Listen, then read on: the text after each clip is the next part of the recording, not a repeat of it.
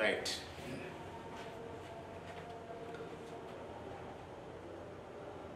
ఈరోజు ఈనాడు సంపాదకీయ వ్యాసాన్ని గురించి ముచ్చటించుకుందాం. ముందుగా పోటీ పరీక్షలు రాస్తున్నటువంటి అభ్యర్థులకు స్వాగతం పలుకుతున్నాను. సంపాదకీయ వ్యాసంలోకి వెళ్ళే ముందు నాకు నేను పరిచయం చేసుకుంటాను. నేను డాక్టర్ దాశరథుల నరసయ్య. దాదాపు 2 దశాబ్దాలకు పైగా సివిల్ సర్వీసెస్ ఆప్షనల్ తెలుగును తీసుకున్న అభ్యర్థుల కోసం శిక్షణ ఇచ్చినటువంటి అనుభవం ఉంది. గతంలో ప్రభుత్వ కళాశాలల్లో ఐఏఎస్ అకాడమీలో పనిచేసినటువంటి అనుభవం కూడా ఉంది. మీలో ఎవరైనా తెలుగును ఒక ఆప్షనల్ సబ్జెక్టుగా ఎంపిక చేసుకుంటే అట్లాంటి అభ్యర్థులు ఈ క్రింద ఇవ్వబడినటువంటి నంబర్ను సంప్రదించి నేరుగా నన్ను కలుసుకొని మీ అనుమానాలను నివృత్తి చేసుకోవచ్చు. ఇక విషయానికి వద్దాం. ఈరోజు సంపాదకీయ వ్యాసంలో ధూళి మేఘాల ముట్టడిలో అనేటువంటి ఒక సంపాదకీయ వ్యాసాన్ని గురించి మనం ముచ్చటించుకుందాం. ఇవాళ ప్రపంచాన్ని పట్టి పీడిస్తున్నటువంటి సమస్యలలో కాలుష్యం కూడా ఒకటి. ఈ కాలుష్య భూతం యావత్ భూగోళాన్ని చుట్టిముడుతూ మానవ మనుగడకే అత్యంత ప్రమాదకరంగా పరిణమించింది. ప్రపంచంలో ఇవాళ ఉన్నటువంటి ఉగ్రవాద తీవ్రవాద సమస్యలన్నింటికంటే కూడా ఈ కాలుష్య భూతం సమస్య అత్యంత భయానకమైనదిగా గుర్తించాలి. కానీ మానవ సమాజం కాలుష్యాలను వెదజల్లుతూ ఎప్పటికప్పుడు మరచిపోతున్నటువంటి కారణం చేత ఈ కాలుష్యం పైన కట్టడి చేసేటువంటి నివారణ చర్యలకు ఒకవైపు ప్రభుత్వాలు అలసత్వాన్ని ప్రదర్శిస్తూ ఉన్నాయి, మరొక వైపు కాలుష్యాన్ని వెదజల్లడంలో మానవ సమాజం కూడా అలసత్వాన్ని ప్రదర్శిస్తూ ఉన్నాయి. అంటే మానవ సమాజము కాలుష్యాన్ని వెదజల్లడంలో ముందుంటుంది.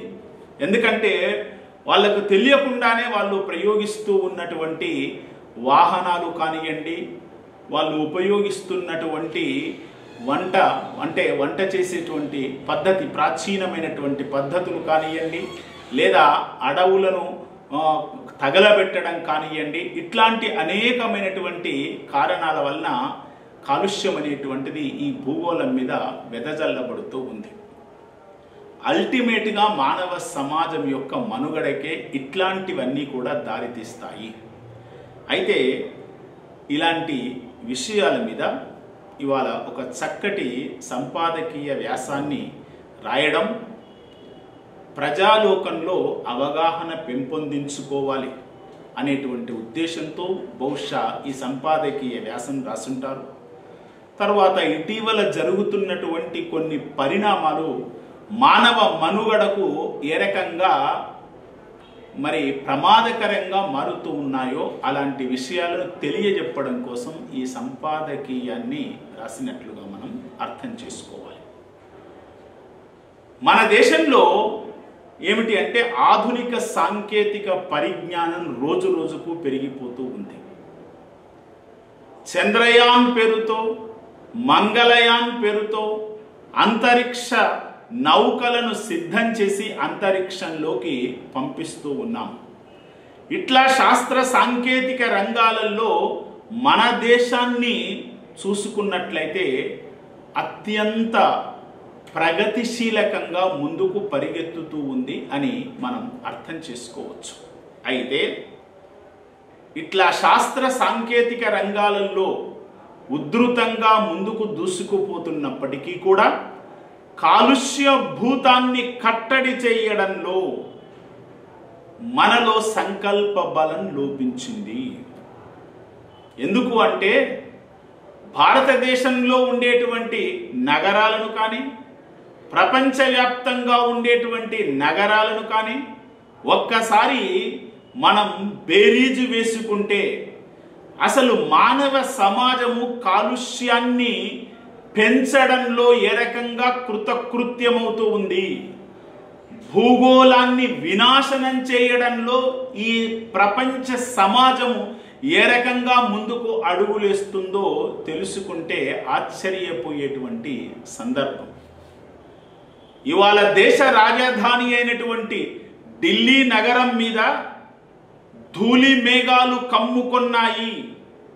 ఇట్లా ధూళి మేఘాలు కమ్ముకోవడం వలన ఢిల్లీలో నివసిస్తున్నటువంటి ప్రజలు తీవ్రమైనటువంటి అసౌకర్యానికి గురి అవుతూ ఉన్నారు. ఆ ధూళి మేఘాలను చెదరగొట్టడంలో మళ్లించడంలో యంత్రాంగం పూర్తిగా వైఫల్యం చెందింది అని సుప్రీంకోర్టు గతంలో అభిశంసించినటువంటి సందర్భాలు కూడా ఉన్నాయి. మరి ఆ తరువాత పరిస్థితులు ఏమైనా మారాయా? సుప్రీంకోర్టు అభిశంసించినప్పటికీ కూడా ఏ రకంగా కూడా మనకు మన ప్రవర్తనలో మార్పు అనేటువంటిది రావడం లేదు. 2024 వాయు నాణ్యత నివేదిక ప్రకారంగా ప్రపంచంలోనే ఎక్కువ కాలుష్య భరితమైనటువంటి రాజధాని నగరంగా ఢిల్లీ నగరం తన దుష్కీర్తిని పదిలపరుచుకుంది. అంటే ప్రపంచంలోనే ఎక్కువ కాలుష్య భరితమైనటువంటి నగరంగా గుర్తింపు పొందినటువంటిది ఏది? ఢిల్లీ నగరం. స్వచ్ఛమైన గాలి హస్తినలో ఒక రకంగా కరువైపోతూ ఉంది. ఇలా స్వచ్ఛమైనటువంటి గాలి కరువైపోవడం వలన ఆ ఢిల్లీ నగర ప్రజల యొక్క ఆయుర్దాయం సగటున 12 ఏళ్లకు తగ్గిపోతూ ఉంది. 12 ఏళ్ల మేరకు వారి యొక్క ఆయు ప్రమాణం తగ్గిపోతూ ఉంది. అంటే పరిస్థితి ఎంత భయానకంగా ఉందో అర్థం చేసుకోవాలి. ఈ మధ్య కాలంలో కేంద్ర మంత్రి నితిన్ గడ్కరీ కూడా వాయు కాలుష్య తీవ్రతను తట్టుకోలేక ఢిల్లీకి ఎప్పుడొచ్చినా వీలైనంత త్వరగా బయటపడతాను అని తన వ్యక్తిగతమైనటువంటి విషయాన్ని బయట పెట్టడం ద్వారా ఢిల్లీ నగరంలో జనజీవనం ఎంత నరకప్రాయంగా మారిందో అర్థం చేసుకోవలసినటువంటి సందర్భం. అసలు ఒక్క ఢిల్లీ నగరమే కాదు, ఇట్లా ప్రపంచంలో కలుషిత నగరాలు చాలా ఉన్నాయి. అలా కలుషిత నగరాల జాబితాలలో కొట్టుమిట్టాడుతున్నటువంటి మొదటి 20 నగరాలలో 12 నగరాలు భారతదేశంలోనే ఉండడం పరిస్థితి యొక్క తీవ్రతను మనం అర్థం చేసుకోవలసినటువంటి సందర్భం. ఎందుకు అంటే గత కొన్ని సంవత్సరాలుగా ఇబ్బడి ముబ్బడిగా శిలాజ ఇంధనాలను వినియోగించడం, విపరీతమైనటువంటి పారిశ్రామికీకరణ జరగడం వలన ఒక్క మహానగరాలే కాదు, చిన్న పట్టణాలు కూడా కాలుష్యపు కోరల్లో చిక్కుకొని పోతూ ఉన్నాయి. మలినమైనటువంటి గాలిని, కాలుష్యపూరితమైనటువంటి గాలిని దీర్ఘకాలం పీల్చుకోవడం వలన శ్వాసకోశ సంబంధమైనటువంటి వ్యాధులే కాకుండా గుండె జబ్బులు, క్యాన్సర్లు కూడా మానవ సమాజం పైన దండయాత్ర చేస్తూ ఉన్నాయి. ఈ కాలుష్యపు భూతం కలిగినటువంటి వాయువును అదే పనిగా పీల్చుకుంటూ పోతే మానవ సమాజానికి బ్రెయిన్ ట్యూమర్లు, మధుమేహము లాంటి వ్యాధుల ముప్పు పెరిగేటువంటి ప్రమాదం ముంచుకొస్తూ ఉంది. పరిశోధకులు కూడా ఇట్లాంటి కాలుష్య పూరితమైనటువంటి వాయువులను పీల్చుకోవడం వలన మానవ సమాజం వ్యాధిగ్రస్తమవుతుంది అని హెచ్చరించిన సందర్భాలు కూడా ఉన్నాయి.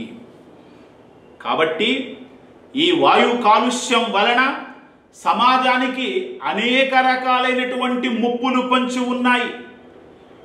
ఈ వాయు కాలుష్యము అధికంగా ఉన్నటువంటి ప్రాంతాలలో నివసించేటువంటి స్త్రీలు నెలలు నిండకుండానే తక్కువ బరువు కలిగినటువంటి పిల్లలకు జన్మనిస్తున్నారు.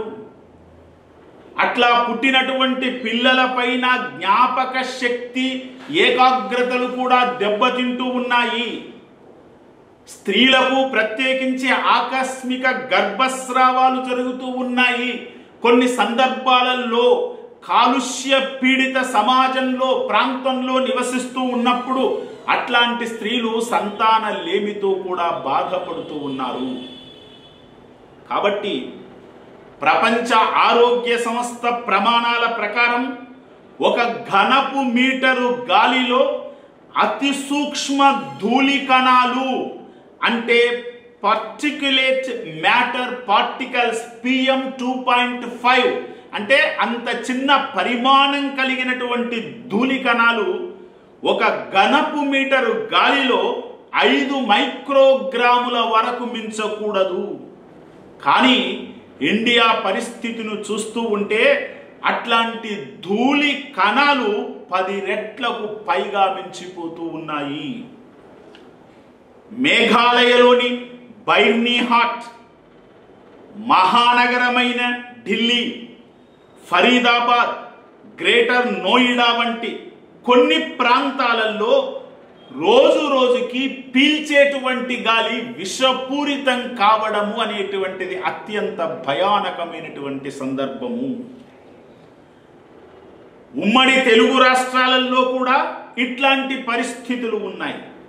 విశాఖపట్నం, విజయవాడ, గుంటూరు, అనంతపురం తదితర జిల్లాలలో జాతీయ నాణ్యతా ప్రమాణాల సాధనలో వెనుకబడిపోయాయి. దేశీయంగా 2021లో 20 లక్షల మంది అర్ధాంతర మరణాలకు కారణమయ్యారు.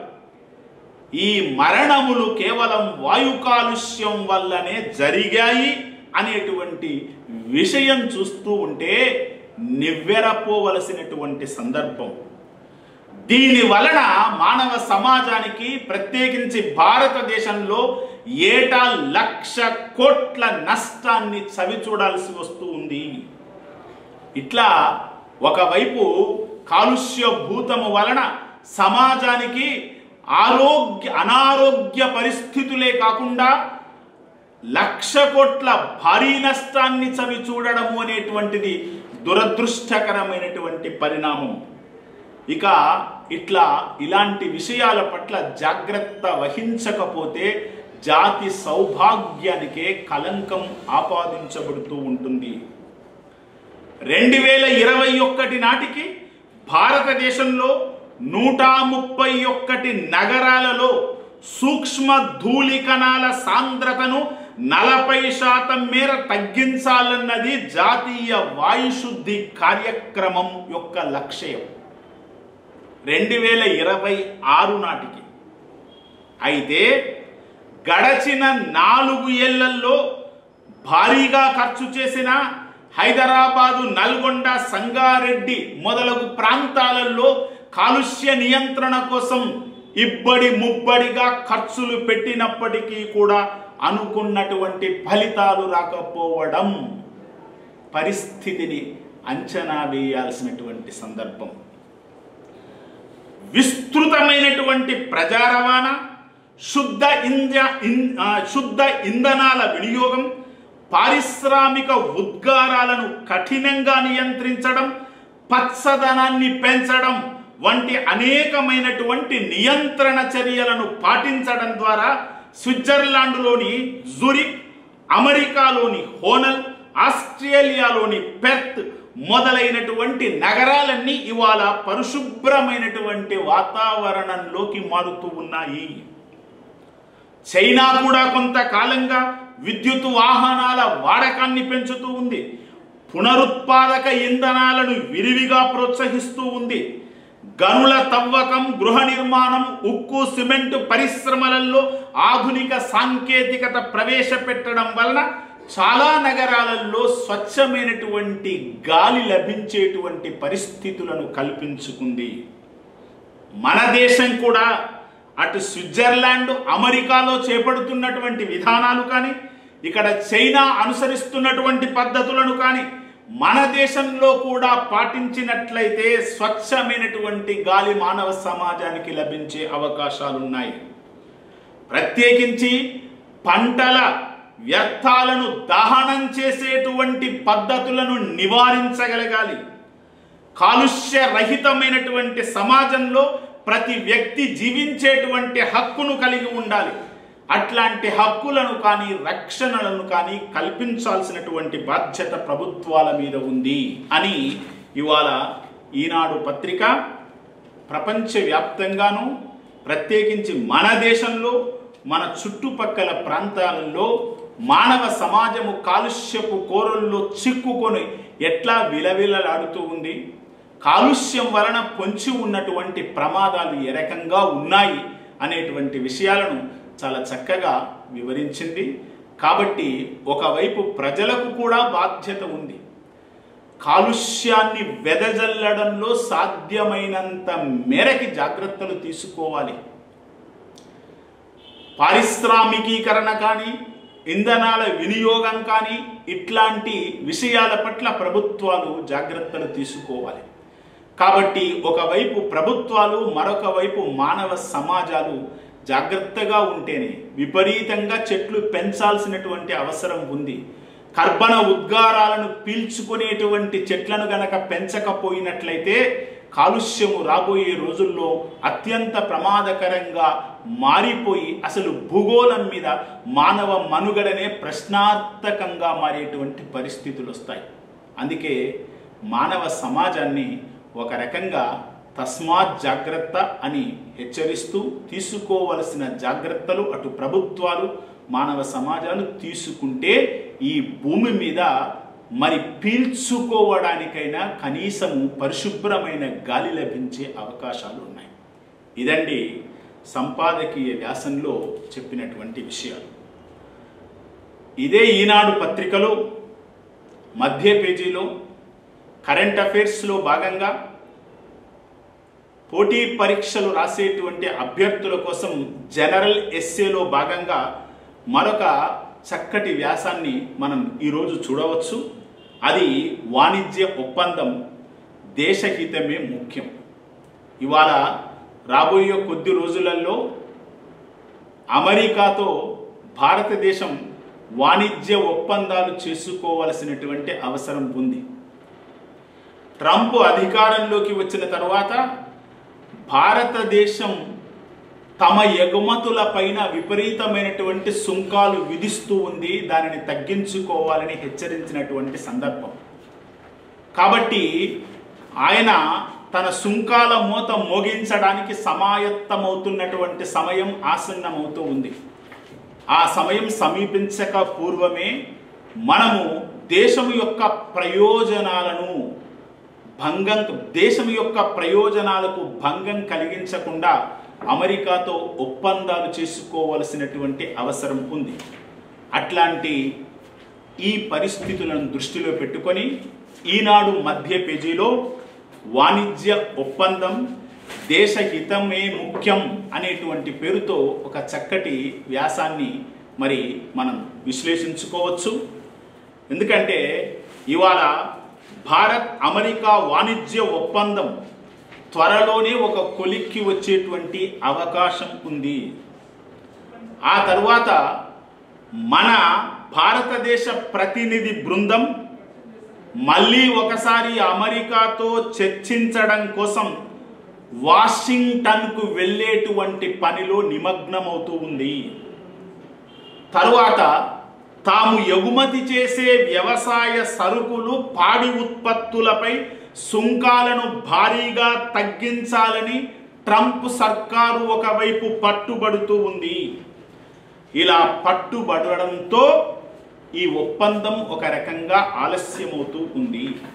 అయితే ఆగస్టు 1 నుండి ట్రంప్ ప్రతిపాదిత ప్రతీకార సుంకాలు అమలులోకి రానున్నటువంటి నేపథ్యంలో ఒప్పంద విషయంలో ఉత్కంఠ భరితమైనటువంటి వాతావరణం నెలకొని ఉన్నది. ఇట్లాంటి పరిస్థితులలో మన ప్రతినిధి బృందం వాషింగ్టన్కి వెళ్ళి అమెరికాతో వాణిజ్య ఒప్పందం చేసుకోవలసినటువంటి సందర్భము. కాబట్టి ఆ సందర్భంలో భారతదేశం వ్యవహరించాల్సినటువంటి తీరు మీద, అమెరికా వ్యవసాయ పద్ధతుల మీద, భారతదేశంలో జరుగుతున్నటువంటి వ్యవసాయాన్ని గురించి ఇలా అనేకమైనటువంటి విషయాలను ఈ వ్యాసకర్త వ్యాసంలో ఉటంకించడం జరిగింది. ముఖ్యంగా భారతదేశం నుండి వాషింగ్టన్కు వెళ్ళబోతున్నటువంటి ప్రతినిధి బృందం వాణిజ్య ఒప్పందం చేసుకునేటువంటి సందర్భంలో ఆచితూచి వ్యవహరించాల్సినటువంటి అవసరం ఉంది. ఎందుకంటే మన దేశానికి అమెరికా వ్యవసాయానికి సంబంధించి, పాడి పరిశ్రమకు సంబంధించినటువంటి ఉత్పత్తులపైన సుంకాలను తగ్గించేందుకు ససేమిరా అంగీకరించకూడదు. అంటే అగ్రరాజ్యం మనకు వ్యవసాయ సంబంధమైనటువంటి, పాడి ఉత్పత్తులకు సంబంధమైనటువంటి వస్తువులను అమెరికా మనకు ఎగుమతి చేస్తే దానిని మనం దిగుమతి చేస్తూ ఉన్నాము. ఆ దిగుమతిలో భాగంగా మనం సుంకాలను విధిస్తూ ఉన్నాం. అట్లాంటి సుంకాలను విధించే సుంకాల పట్ల ఎట్టి పరిస్థితులలో తగ్గేటువంటి ప్రయత్నాలు చేయకూడదు అని వ్యాసకర్త ఒక రకంగా హెచ్చరిస్తూ ఉన్నాడు. అంటే సుంకాలను తగ్గించేటువంటి విషయంలో మనము దిగిరాకూడదు అని హెచ్చరిస్తూ ఉన్నాడు. ఎందుకంటే ట్రంప్ ప్రభుత్వానికి ఒకవేళ మనం తల ఒగ్గితే దాని వలన మన వ్యవసాయ రంగానికి అత్యంత ప్రమాదకరమైనటువంటి పరిస్థితులు దాపురించే అవకాశం ఉంది. ఎందుకు? వ్యవసాయం పైన ఆధారపడినటువంటి కోట్ల మంది భారతీయులకు ఒకవేళ సుంకాలను గనక తగ్గించే ప్రయత్నమే చేస్తే తీరని నష్టం జరుగుతుంది అనే విషయాన్ని మనం గమనించాలి. ఎందుకంటే దానికి సంబంధించినటువంటి వివరాలు వ్యాసకర్త ఇక్కడ చక్కగా వివరణాత్మకంగా ఇచ్చాడు. ఇక్కడ భారతదేశంలో సగటు రైతుకు అందేటువంటి సబ్సిడీ కేవలం $282 మాత్రమే. అంటే వివిధ పథకాల కింద కేంద్ర ప్రభుత్వాలు కానీ, రాష్ట్ర ప్రభుత్వాలు కానీ వ్యవసాయానికి అందజేస్తున్నటువంటి సబ్సిడీని భారతదేశంలో ఉన్నటువంటి మొత్తం రైతులకు అందిస్తున్నటువంటి సహాయ సహకారాలను మనము సగటుగా తీసుకున్నప్పుడు భారతీయ సగటుకు అందేటువంటి సబ్సిడీ కేవలం $282 మాత్రమే. కానీ అమెరికన్ రైతుకు ఆ సబ్సిడీ ప్రభుత్వం నుండి $61,286 సబ్సిడీ అందుతూ ఉంది. కాబట్టి భారతదేశంలో ఉండేటువంటి రైతులు పొందేటువంటి సబ్సిడీతో పోల్చి చూస్తే అమెరికన్ రైతులకు భారీ ఎత్తున ఆ ప్రభుత్వం తరఫున సబ్సిడీ లభిస్తూ ఉంది. కాబట్టి రాయితీల చలవతో అమెరికా ప్రభుత్వము, అమెరికన్ వ్యవసాయదారులు అద్భుతంగా గోధుమ పంటలను, పాల ఉత్పత్తులను విపరీతంగా అక్కడ ఉత్పత్తి చేస్తూ ఉన్నారు. అలా ఉత్పత్తి చేసినటువంటి ఆ యొక్క వస్తువులను భారతీయ మార్కెట్లోకి తీసుకురావాలి అని, భారతీయ మార్కెట్లోకి పంపించాలని అమెరికన్ ప్రభుత్వం భావిస్తూ ఉంది.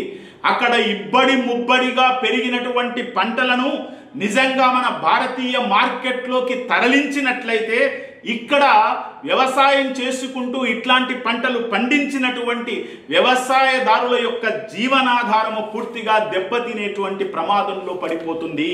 అది చాలా ముఖ్యమైనటువంటి విషయంగా గమనించాలి. అంతేకాదు భారతదేశ భద్రతకు కూడా ముప్పు వాటిల్లేటువంటి అవకాశం ఉంది. అమెరికా విరివిగా సోయా, మొక్కజొన్నలను మన దేశంలోకి దిగుమతి చేయాలని ప్రయత్నిస్తూ ఉంది.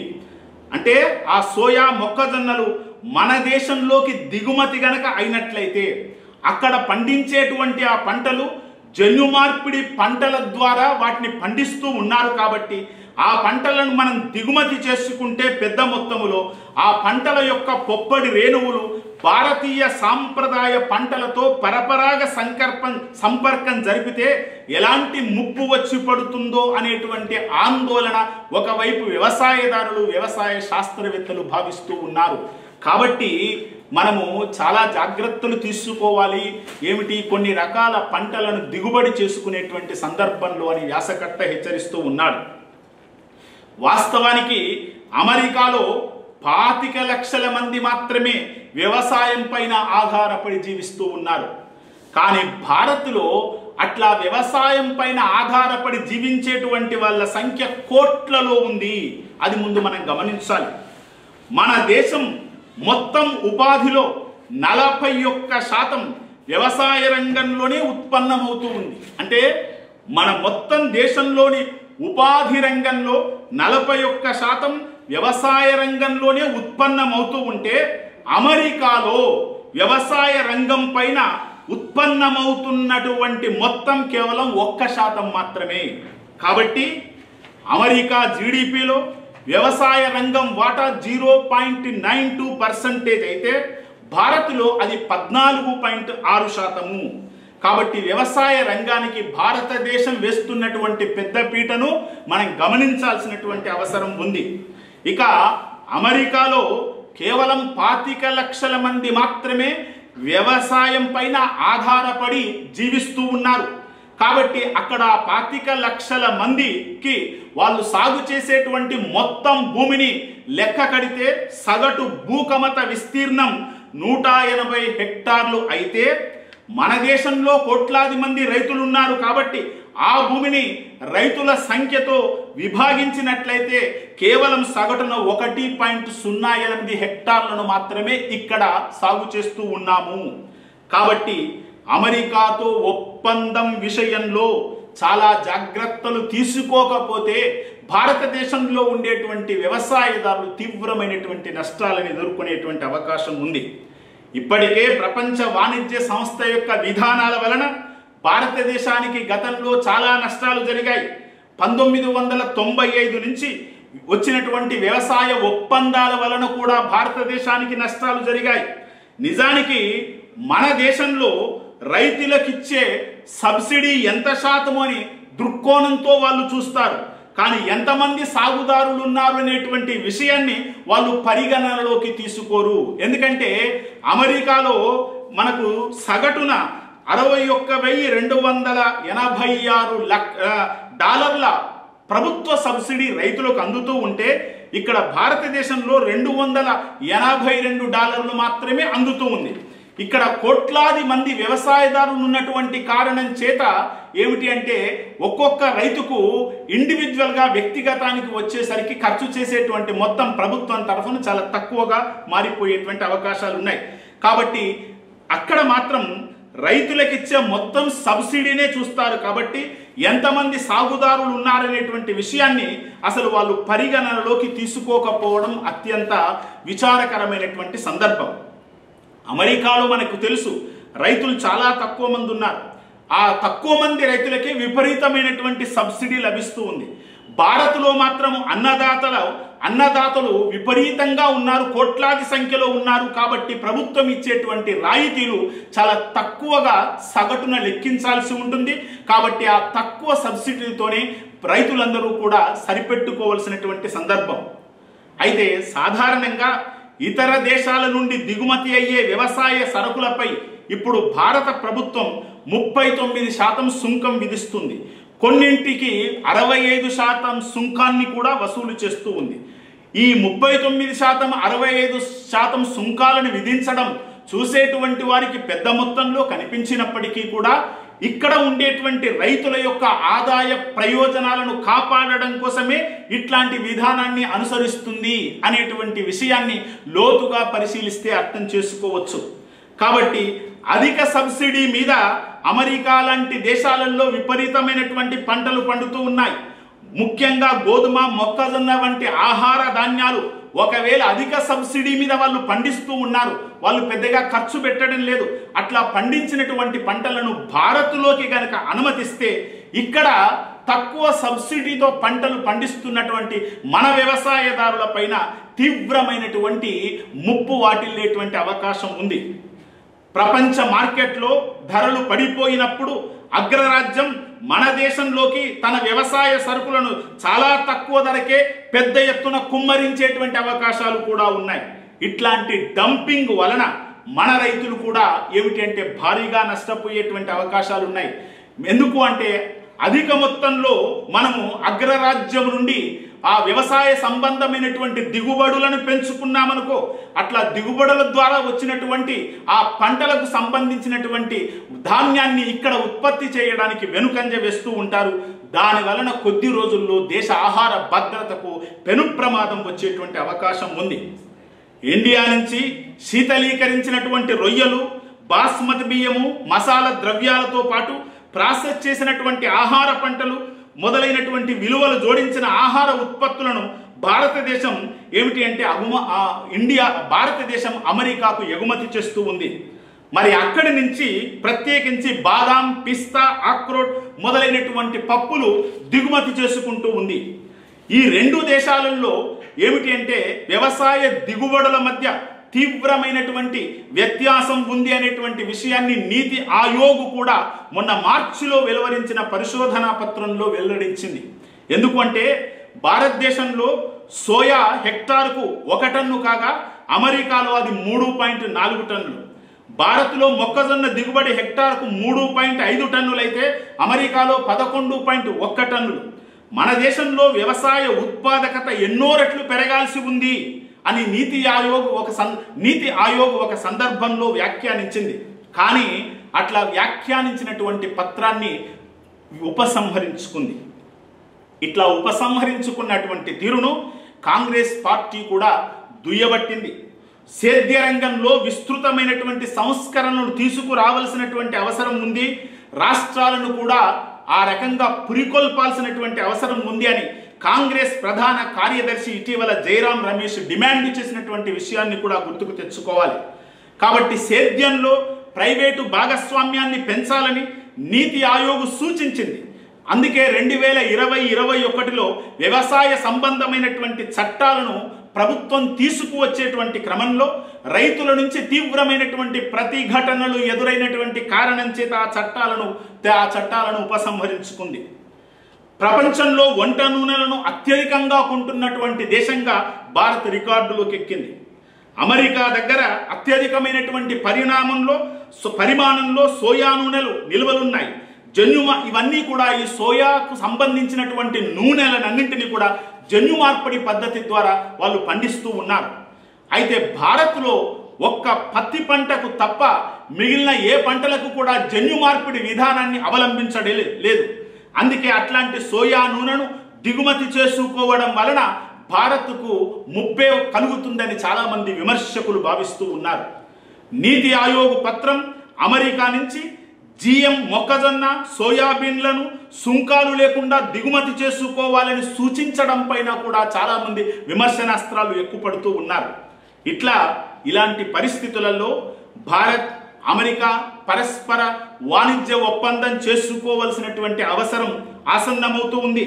వాణిజ్య చర్చలలో పాడి సేద్య రంగాల ప్రయోజనాలకు పనంగా పెట్టేది లేదు. అంటే భారతదేశానికి సంబంధించినటువంటి పాడి సేద్య రంగాల ప్రయోజనాలను ఎట్టి పరిస్థితులలో పనంగా పెట్టేది లేదని మొన్న ఆర్థిక మంత్రి నిర్మలా సీతారామన్ గారు స్పష్టం చేయడం ఒక ఆశాజనకమైనటువంటి కొసమెరుపుగా భావించాలి. జంతు మాంసం తదితర ఉత్పత్తులలో తయారు చేసినటువంటి దానాను అమెరికాలో పాడి పశువులకు వేస్తారు. కానీ మన దేశంలో అన్ని వర్గాలకు ఇట్లాంటి దానాను వేయడం చాలా మందికి ఇష్టం ఉండదు. ఇది ఆమోదయోగ్యం కాదు. కాబట్టి జన్యు మార్పిడి పంటలలో ఆరోగ్యానికి, పర్యావరణానికి హాని జరుగుతుంది అనేటువంటి విషయం ప్రపంచమంతా గుర్తించింది. ఇవాళ అమెరికాలో ఉత్పత్తి చేస్తున్నటువంటి పంటలలో ఎక్కువ భాగం జన్యు మార్పిడి ద్వారా ఉత్పత్తి అవుతూ ఉంది. దాని వలన ఏమిటి అంటే ఒకవైపు ఆ యొక్క ధాన్యాన్ని తీసుకున్నటువంటి మానవ సమాజానికి, ముఖ్యంగా జన్యుమార్పిడి పద్ధతులు అనుసరిస్తున్నటువంటి విధానాల వలన పర్యావరణానికి కూడా ముప్పు జరుగుతుందని చాలామంది ఆందోళన వ్యక్తం చేస్తూ ఉన్నారు. అందుకే మన దేశ ప్రయోజనాలకు అనుగుణమైనటువంటి రీతిలోనే అమెరికాతో వ్యవసాయ వాణిజ్య ఒప్పందం కుదుర్చుకోవాల్సినటువంటి అవసరం ఉంది అని చాలా అద్భుతంగా ఇప్పుడున్నటువంటి పరిస్థితులను వివరించుకుంటూ వ్యాసకర్త చాలా చక్కటి ఏమిటి అంటే వ్యాసాన్ని ఇవ్వడం జరిగింది. ఇట్లాంటి వ్యాసాలు మరి జనరల్ ఎస్సేలో భాగంగా ఇట్లాంటి వ్యాసాల మీద అభ్యర్థులకు చక్కని అవగాహన కనుక ఉన్నట్లయితే మరి ఇలాంటి వ్యాసాలు పరీక్షలలో అడిగినప్పుడు సమాధానాలు కూడా చక్కగా రాయవచ్చు అని చెబుతూ మరి ఈ యొక్క విశ్లేషణను ముగిస్తున్నాను.